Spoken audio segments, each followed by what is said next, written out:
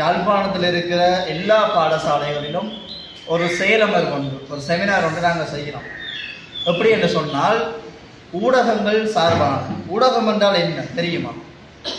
ஊடகம் என்றால் என்ன யாருக்காவது தெரியுமா? சரி, சொல்கிறேன். ஆக இந்த ஊடகங்கள் சார்பான விழிப்புணர்வுகளை மாணவர்களுக்கு வழங்கணும் என்பதற்காக இந்த செயலமர்வுகளை நாங்கள் ஒழுங்கு செய்திருக்கிறோம். சரியானே? இதற்கு முன்பதாக 2 பாடசாலையில் செய்து முடிச்சிருக்கிறோம். 3வது உங்களுடைய பாடசாலை. இன்னும் நிறைய பாடசாலைகள் நாங்கள் தெரிவு செய்திருக்கிறோம்.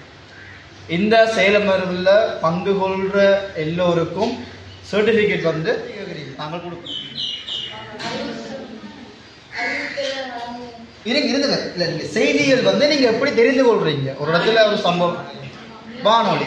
இப்போ வானொலி என்பது என்னது? ஊடகம். நீங்கள் செய்தியை பார்க்குறீங்க, எதில் பார்க்குறீங்க? டிவியில். அது என்ன? டிவி என்பது ஊடகம். வானொலி என்று சொல்வது அந்த வானொலி நிறுவனங்களின் பெயர்கள் அல்ல, அந்த வானொலி பெட்டி, ரேடியோ. விளங்குதா? டிவி என்ன சொல்லப்படுவது தொலைக்காட்சி பெட்டியில தான் நீங்க பாக்குறீங்களே தவிர, தொலைக்காட்சி நிறுவனங்கள் தான் டிவி மூலமா டெலிகாஸ்ட் பண்றாங்க செய்திகளை. அப்போ அந்த டிவி என்பது என்னது? ஒரு ஊடகம். அப்போ ஒரு விடயத்தை நாங்கள் அறிந்து கொள்வதற்கு எங்களுக்கு பயன்படுகின்றது தான் என்னது? ஊடகம். ஒன்றிலிருந்து இன்னொன்றை கடத்துவதற்கு பயன்படுத்தப்படுவதுதான் ஊடகம். ஒரு ரோட்ல ஒரு ஆக்சிடென்ட் நடக்குது, அதை நீங்க காதால கேட்குறீங்க, டிவியில கண்ணால பாக்குறீங்கன்னு சொன்னால் அது ஊடகம். ஓகே. இப்போ ஃபேஸ்புக்கில் வர செய்திகளை நீங்கள் பார்த்துருப்பீங்க தானே? இது என்ன பிரச்சனை இல்லை. இப்போ ஃபேஸ்புக்கை பார்த்தீங்கன்னு சொன்னால் அதை நாங்கள் சொல்வது டிஜிட்டல் மீடியா. அதாவது Facebook, WhatsApp, Instagram, Twitter, TikTok, YouTube, LinkedIn, இப்படி நிறைய சைட்ஸ் எல்லாமே டிஜிட்டல் மீடியா என்று இன்றைய நாளிலே சொல்லப்படுகின்றவை. சமூக ஊடகங்கள் என்றும் சொல்லலாம். சரி, அப்போ அந்த டிஜிட்டல் மீடியாவில் வருகின்ற எல்லா விதமான செய்திகளும் உண்மையாக இருக்குமா? இல்லை, நம்பகத்தன்மை இல்லாமல் இருக்கும். நேற்று நடந்த ஒரு சம்பவம் சொல்றேன். ஒரு ட்ரெயின் ரயில்வே கிராசிங்ல நின்றது. டிரைவர் இறங்கி போய் ஒரு சாப்பாடு ஏதோ வாங்கிட்டு வந்தேன். சரிதானே? அது பெரும்பாலும் பார்த்துருப்பீங்க. அது என்ன சம்பவம் தெரியுமா உங்களுக்கு? சார், ரயில்வே கிராசிங் இருக்கு, ரயில்வே கிராசிங் பார்த்தீங்கன்னானே அதுல அரைவாசிக்கு ரயில் நிற்குது. அப்ப டிரைவர் இறங்கி போய் பக்கத்துல கடையில சாப்பாடு ஏதோ ஒன்று வாங்கி கொடுத்து இப்ப இங்க போய் ஒரு ரயில் நிற்குது. அதுலயே இந்த சம்பவத்தை நீங்க எப்படி பாக்குறீங்க? சொல்லுங்க. நிறைய ஊடகங்கள்ல போடப்பட்ட செய்தி, ட்ரெயின நடுவில் பாடி போட்டு சாப்பாடு வாங்க போயிட்டேன். இதுதான் நிறைய ஊடகங்கள்ல போடப்பட்ட செய்தி. ஆனால் நடந்த விஷயம் என்னன்னு சொன்னால், அந்த ரயில்வே கிராசிங் இருக்குதானே, அதோட இருப்பது புகையிரத நிலையம். அந்த புகையிரத நிலையத்தில் அந்த புகையிரத நிறுத்தப்பட்டிருந்தது. அந்த நேரத்தில் அவர் இறக்க போயிட்டு அந்த இதை வாங்கி சாப்பாடு வாங்கிட்டு வந்திருக்கிறார்.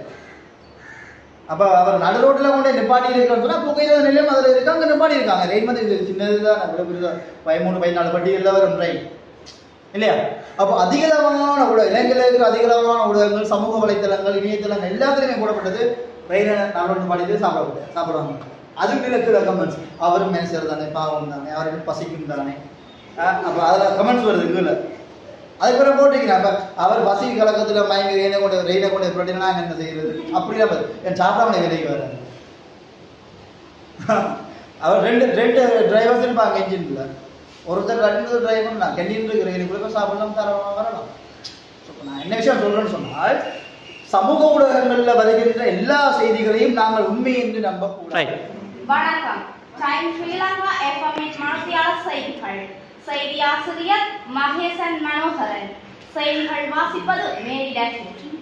ஊடகத்துறையானது இன்றைய நாட்களில் அதிகார வர்க்கத்திற்கும் முதலாளித்துவத்திற்கும் சார்பாக இயங்குவதாக பல குற்றச்சாட்டுகள் இருப்பதனால் ஊடகங்களின் மீது மக்களுக்கு நம்பிக்கையை ஏற்படுத்தும் முகமாக மக்களுக்கான ஊடகவியலை இளைஞர்கள் மத்தியில் ஊக்குவிப்பதற்கான நடவடிக்கையை முதற்கட்டமாக பாடசாலை மட்டத்தில் சிறந்த அறிவிப்பாளர்கள் மற்றும் ஊடகவியலாளர்களை இனங்கண்டு எதிர்காலத்திற்கான இளம் சந்ததியினை உருவாக்குவதற்கு வடமாகாண ஊடக அமையமும் டைம் ஸ்ரீலங்கா எஃப்எம் வானொலியும் புதிய முயற்சியொன்றை வணக்கம். டைம் ஸ்ரீலங்கா எஃப்எம்மின் மனசியாளர் செய்திகள். செய்தி ஆசிரியர் மகேசன் மனோகரன். செய்திகள் வாசிப்பது சானா.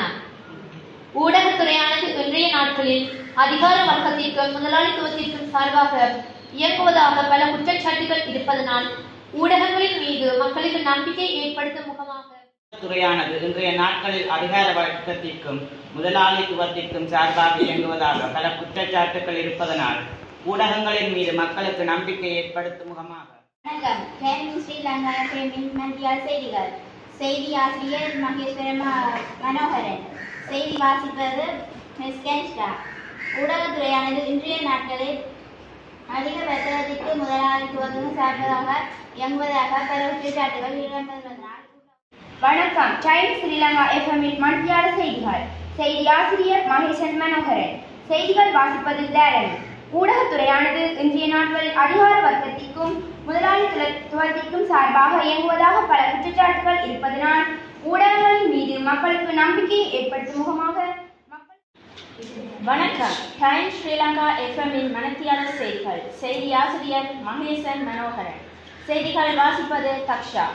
ஊடகத்துறையானது இன்றைய நாட்களில் அதிகார வர்த்தகத்திற்கும் முதலாளித்துவத்திற்கும் சார்பாக இயங்குவதாக பல குற்றச்சாட்டுகள் இருப்பதனால் ஊடகங்களின் மீது மக்களுக்கு நம்பிக்கை ஏற்படுத்தும் முகமாக மக்களுக்கான ஊடகவியலை இளைஞர்கள் மத்தியில் ஊக்குவிப்பதற்கான நடவடிக்கையை முதற்கட்டமாக பாடசாலை மட்டத்தில் சிறந்த அறிவிப்பாளர் மற்றும் ஊடகவியலாளர்களை இனங்கண்டு எதிர்காலத்திற்கான இளம் சந்ததியினை உருவாக்குவதற்கு வடமாகாண ஊடக அமையமும் டைம்ஸ் ஸ்ரீலங்கா எஃப்எம் வானொலியும் புதிய முயற்சி ஒன்றை எடுத்துள்ளது.